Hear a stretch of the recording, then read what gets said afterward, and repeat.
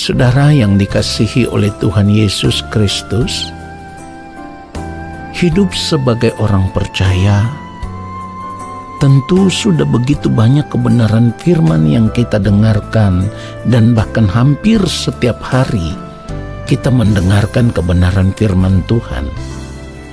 Saudara, kalau kita mau menghitung, dapat dikatakan tidak terhitung kebenaran-kebenaran firman Tuhan yang sudah kita dengar. Karena setiap hari kita mendengarkan firman Tuhan, baik lewat saat teduh seperti ini ataupun ketika kita berada di gereja maupun ibadah-ibadah yang lainnya yang kita ikuti. Jadi sudah banyak sekali kebenaran firman Tuhan yang kita dengarkan, saudaraku. Dan dari sekian banyak kebenaran firman Tuhan yang kita dengarkan hampir setiap hari, saya percaya pasti ada teguran, pasti ada nasihat firman Tuhan.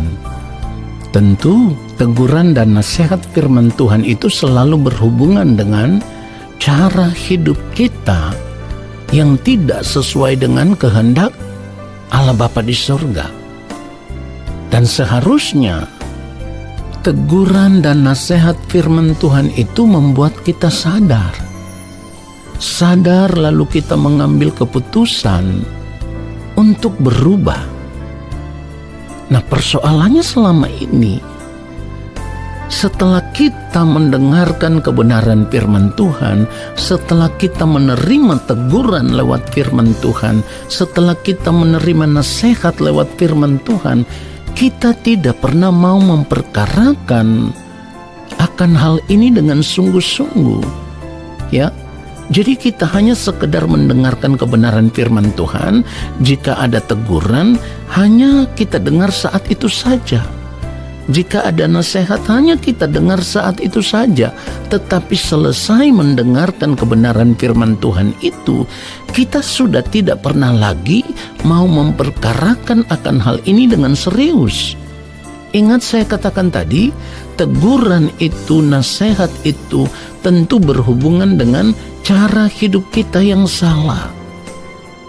Nah, kalau kita mendengarkan kebenaran firman Tuhan, ada teguran, ada nasihat, lalu kita tidak mau memperkarakan akan hal ini dengan serius, artinya ketika kita mendengar teguran lewat firman Tuhan itu, kita mendengar nasihat lewat firman Tuhan itu, kita tidak mau mengambil keputusan untuk merubah cara hidup kita yang salah.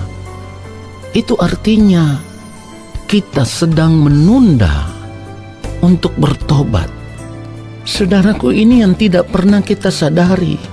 Sekalipun sudah begitu banyak kebenaran firman Tuhan yang kita dengarkan, kebenaran firman Tuhan yang kita terima, lalu ada teguran, ada nasihat firman Tuhan, tetapi kita tidak sungguh-sungguh mau mengambil keputusan untuk bertobat.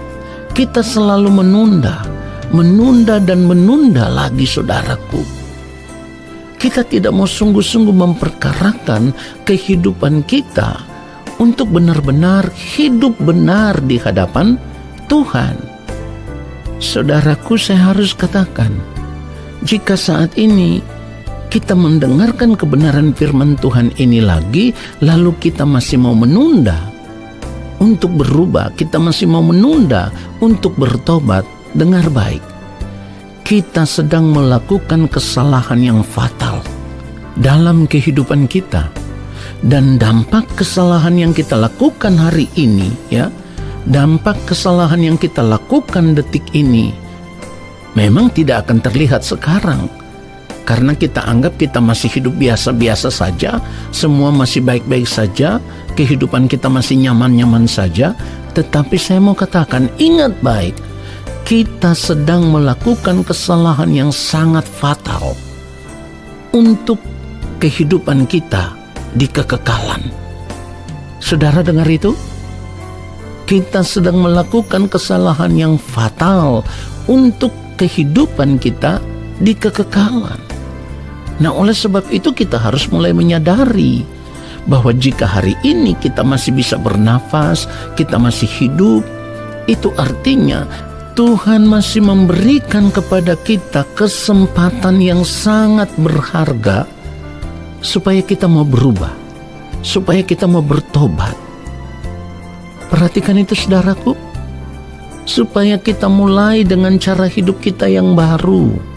Ingat, sekali lagi saya katakan, ingat, kita tidak pernah tahu kapan waktu Tuhan tiba atas kehidupan kita.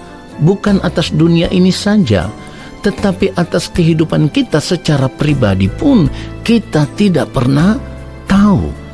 Dan waktu Tuhan itu bisa tiba kapan saja tanpa kita sadari. Dan jika waktu Tuhan itu tiba-tiba jatuh ke atas kita seperti suatu jerat, maka kehidupan kita akan binasa. Kenapa saya katakan kehidupan kita akan binasa? Karena kita sudah tidak memiliki lagi kesempatan untuk berubah.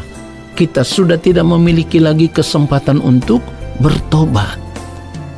Kita harus sadar akan hal ini, saudaraku, sebelum terlambat. Firman Tuhan katakan kepada kita di dalam Ibrani pasal yang ketiga, ayatnya yang ke-15, tetapi apabila pernah dikatakan pada hari ini, jika kamu mendengar suaranya, janganlah keraskan hatimu seperti dalam kegeraman. Saudara, pertanyaannya sekarang, kenapa selama ini sudah begitu banyak teguran yang kita terima lewat firman Tuhan, sudah begitu banyak nasihat yang kita terima lewat firman Tuhan, tetapi kita tidak pernah mau mengambil keputusan untuk benar-benar hidup di dalam pertobatan? Kenapa? Jawabannya sederhana. Karena kita selalu mengeraskan hati ketika kita mendengarkan kebenaran firman Tuhan. Kenapa kita mengeraskan hati? Karena kita merasa hidup kita baik-baik saja, aman-aman saja, nyaman-nyaman saja. Kita merasa fasilitas hidup yang kita miliki itu bisa menjamin kehidupan kita, saudaraku. Ini kesalahan fatal. Ingat, apapun yang kita miliki, kekayaan hidup, kelimpahan, kemewahan, pangkat jabatan, kehormatan, semua yang kita miliki yang membuat kita bisa merasa aman, membuat kita bisa merasa nyaman, merasa hidup baik-baik saja, semua itu tidak bisa menjamin kehidupan kita ketika kita sudah berada di hadapan pengadilan Allah. Saudara dengar itu?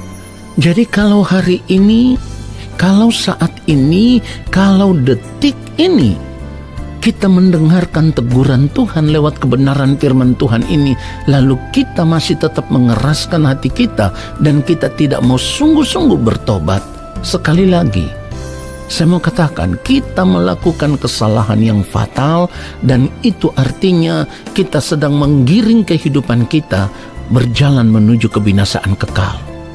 Saudara, kita tidak boleh main-main dengan keadaan ini. Kita harus sungguh-sungguh memperkarakan kehidupan kita di hadapan Tuhan saat ini. Apakah kehidupan kita itu sudah berkenan di hadapan Tuhan atau belum? Jangan sampai hari Tuhan itu tiba atas hidup kita secara pribadi dan kita belum bertobat. Firman Tuhan katakan begini di dalam Lukas 21, kalau kita membaca ayat 34, firman Tuhan katakan, jagalah dirimu supaya hatimu jangan syarat oleh pesta pora dan kemabukan serta kepentingan-kepentingan duniawi, dan supaya hari Tuhan jangan dengan tiba-tiba jatuh ke atas dirimu seperti suatu jerat. Saudara perhatikan itu. Kalau kita tidak memeriksa keadaan hidup kita, cara hidup kita, gaya hidup kita, lalu kita tetap masa bodoh dan kita hidup dengan cara hidup dunia, saya mau katakan, kehidupan kita berada di dalam bahaya. Sebab kalau waktu Tuhan tiba bagi kita dan ternyata keadaan hidup kita ditemukan tidak berkenan di hadapan Allah Bapa di sorga, dapat dipastikan kita akan terbuang ke dalam kebinasaan kekal, saudaraku. Oleh sebab itu firman Tuhan ingatkan, kalau kita mendengarkan kebenaran firman Tuhan hari ini, jangan keraskan hatimu seperti di dalam kegeraman. Saudara, saya harus katakan dengan tegas, untuk apa kita percaya kepada Allah di dalam Kristus Yesus jika kita tidak mau hidup seturut dengan kehendak Allah? Jika kita tidak mau hidup melakukan perintah Allah, untuk apa saudaraku? Kehidupan seperti itu akan sia-sia, ya. Kalau kita percaya kepada Yesus, tetapi kita tidak mau hidup melakukan kehendak Allah Bapa di sorga, percaya kita adalah percaya yang sia-sia.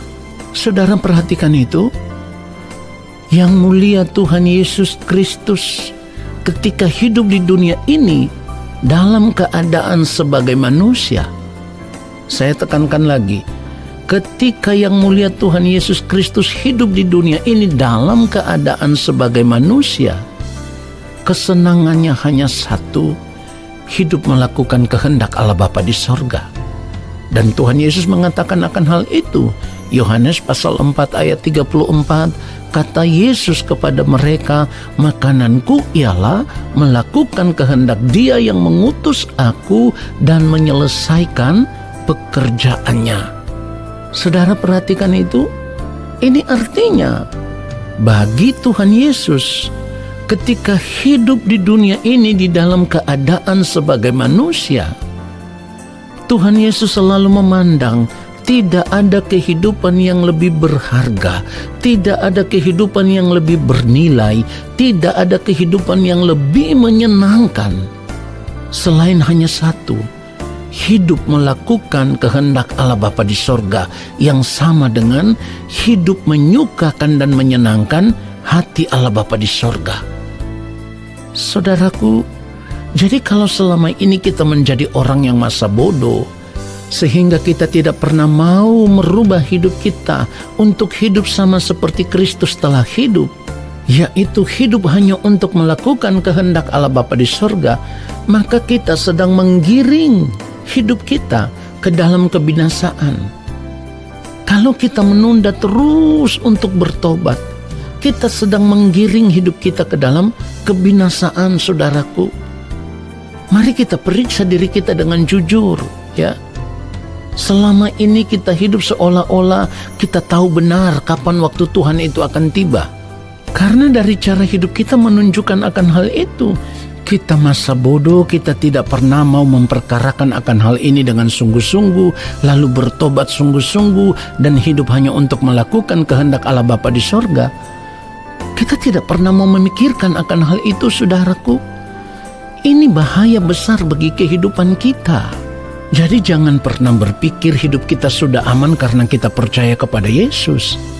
Kita percaya kepada Yesus tetapi kita tidak hidup sama seperti Kristus telah hidup. Hidup kita ada di dalam bahaya. Sementara kita tidak pernah tahu kapan waktu Tuhan tiba.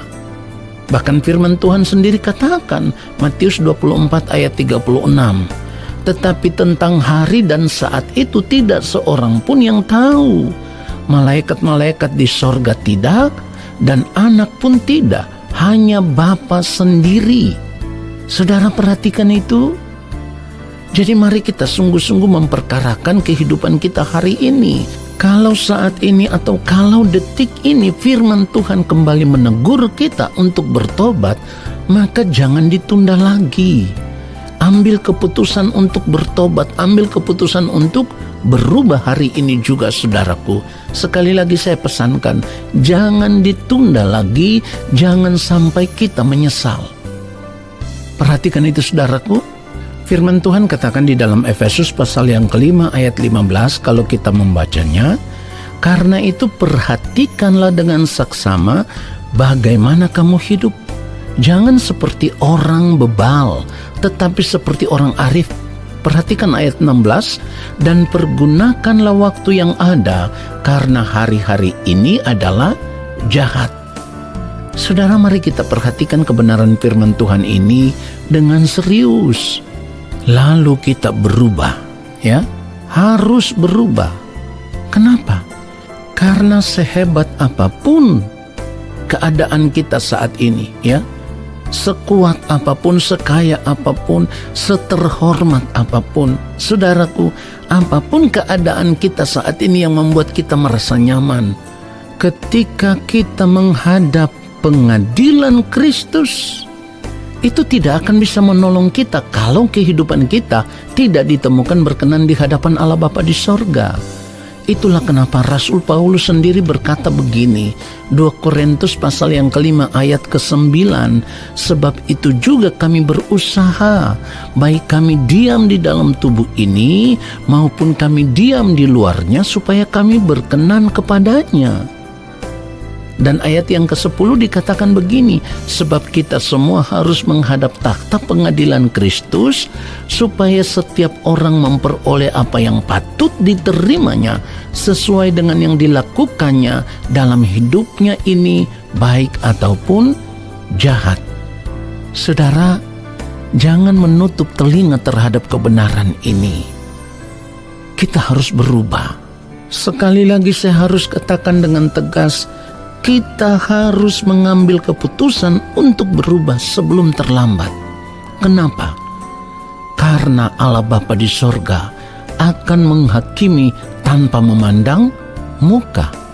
Artinya Allah menghakimi tidak melihat bahwa apakah kita orang Kristen, apakah kita orang percaya, apakah kita mengaku diri sebagai anak-anak Tuhan, apakah kita pendeta, apakah kita majelis gereja, apakah kita ini worship leader, singer, pengerja full-timer di gereja.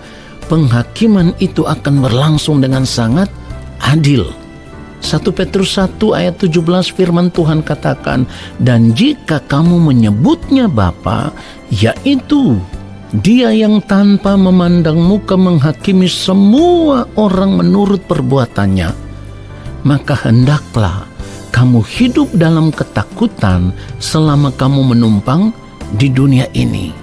Saudaraku, ini merupakan teguran bagi kita, ini nasihat bagi kita. Bahkan teguran dan nasihat seperti ini juga ditulis di dalam ayat firman Tuhan yang lainnya. 2 Petrus 3 ayat 11, jadi jika segala sesuatu ini akan hancur secara demikian, betapa suci dan salehnya kamu harus hidup. Artinya, ketika waktu Tuhan itu tiba, lalu hidup kita tidak ditemukan ada di dalam kesucian, ada di dalam kesalehan, maka hidup kita tidak akan berkenan kepada Allah. Kalau hidup kita tidak berkenan kepada Allah, maka Allah Bapa di sorga akan berterus terang, Ia tidak pernah mengenal kita sebagai anak-anaknya. Mari kita sadar ini sebelum terlambat, daripada ketika berada di balik kematian, sudah tidak ada waktu lagi untuk kita berubah. Tuhan Yesus memberkati kita semua.